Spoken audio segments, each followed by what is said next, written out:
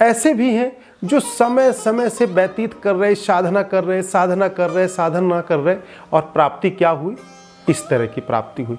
अब जब इस तरह की सिद्धियों में प्राप्ति होती है तो अहंकार भी आता है,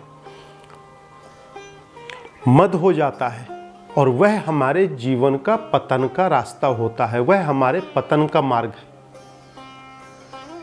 तो इस तरह की सिद्धियां न हो तो ज़्यादा बेहतर है, और ईश्वर की प्राप्ति के लिए कोई सिद्धि की जरूरत नहीं है। समझने का विषय है, समर्पण का भाव हो, उस ऊर्जा चैतन्य में समाहित होने का विषय है।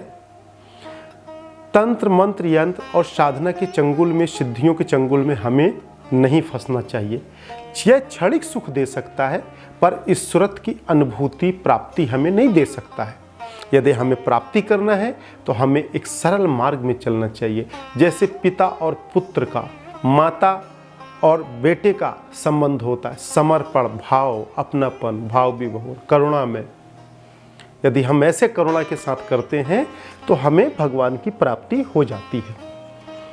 अब प्राचीन ऋषियों की बात करें तो प्राचीन ऋषियों के पास ज़्यादा काम तो होता नहीं था, ज़्यादा सामाजिक मानव प्राणी इतने होते नहीं थे, इतनी भागम भाग की जिंदगी नहीं थी, इतने पॉपुलेशन नहीं होते थे।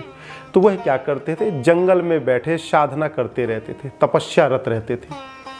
परंतु जो वेदों में, हमारे ग्रंथों में वर्णित है, उस वर्णन के साथ मेरे जीवन में भी जो घटनाएं घटित हुई, जो अनुभव मिला, जो प्राचीन ऋषि हैं मेरे दादा गुरु, जो 50,000 वर्ष पुराने दिव्य आत्मा हैं, जिन्होंने मुझे सूक्ष्म आकर विद्या दी, तो सतयुग त्रेता द्वापर में लोग उड़कर जाते थे, यहाँ से वहाँ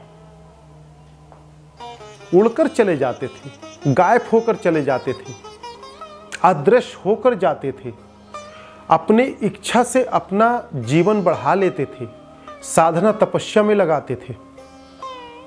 ऐसी ऐसी वो साधना करते थे, जैसे पर काया प्रवेश, प्राण विखंडन, ब्रह्मांड की सैर, देवलोक का दर्शन, अंतर यात्रा, सूक्ष्म जगत का दर्शन। ऐसे लौकिक और पारलौकिक क्रियाओं से वह फलीभूत रहते थे, उनके पास ऐसी क्रियाएं होती थी। आज इन क्रियाओं के विषय में यदि शब्द के माध्यम से लोगों को बताऊं तो लोग इन क्रियाओं को ही नहीं जानते कि ऐसी भी क्रियाएं कोई होती हैं क्या, ऐसी भी दैविक विद्याएं होती हैं क्या, ऐसे कोई साधना होते हैं क्या, ऐसे कोई साधक होते हैं दुनिया में क्या। लोगों को शब्द ही बड़ा अचंभित कर देने वाला है, पर काया प्रवेश।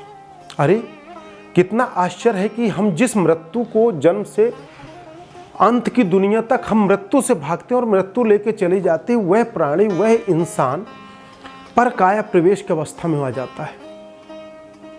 पर काया प्रवेश का मतलब कि हम अपनी इस काया को छोड़ के दूसरे काया में अपनी स्वेच्छा से, अपनी इच्छा से हम प्रवेश कर जाते हैं, जीवित हो जाते हैं, जिसे पर काया प्रवेश कहते हैं।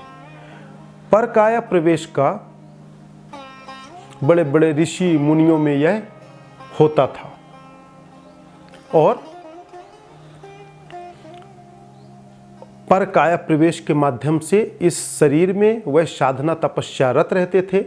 तपस्या करते करते करते करते, तपस्या करते करते जब हमारा शरीर शिथिल हो जाता था, अब लगता था कि हमें शरीर बदलना है, तो कई ऐसे दृष्टांत हैं कि जब दूसरा कोई यौवन शरीर का, युवावस्था का, यदि अकाल मृत्यु को धारण कर ले और योगी ऋषि यदि उन काया को देख ले, तो अपने शरीर को अपनी स्वेच्छा से त्याग कर, अपने प्राण चेतना से उस काया में प्रवेश करके और पुनः जीवित होकर चल देते थे और साधना तपस्या करते रहते थे। और साधना करते करते फिर तीसरे शरीर को, चौथे शरीर को, इस तरह से इस मृत्यु लोक में काफी समय तक रहकर वो निरंतर साधनारत रहते थे।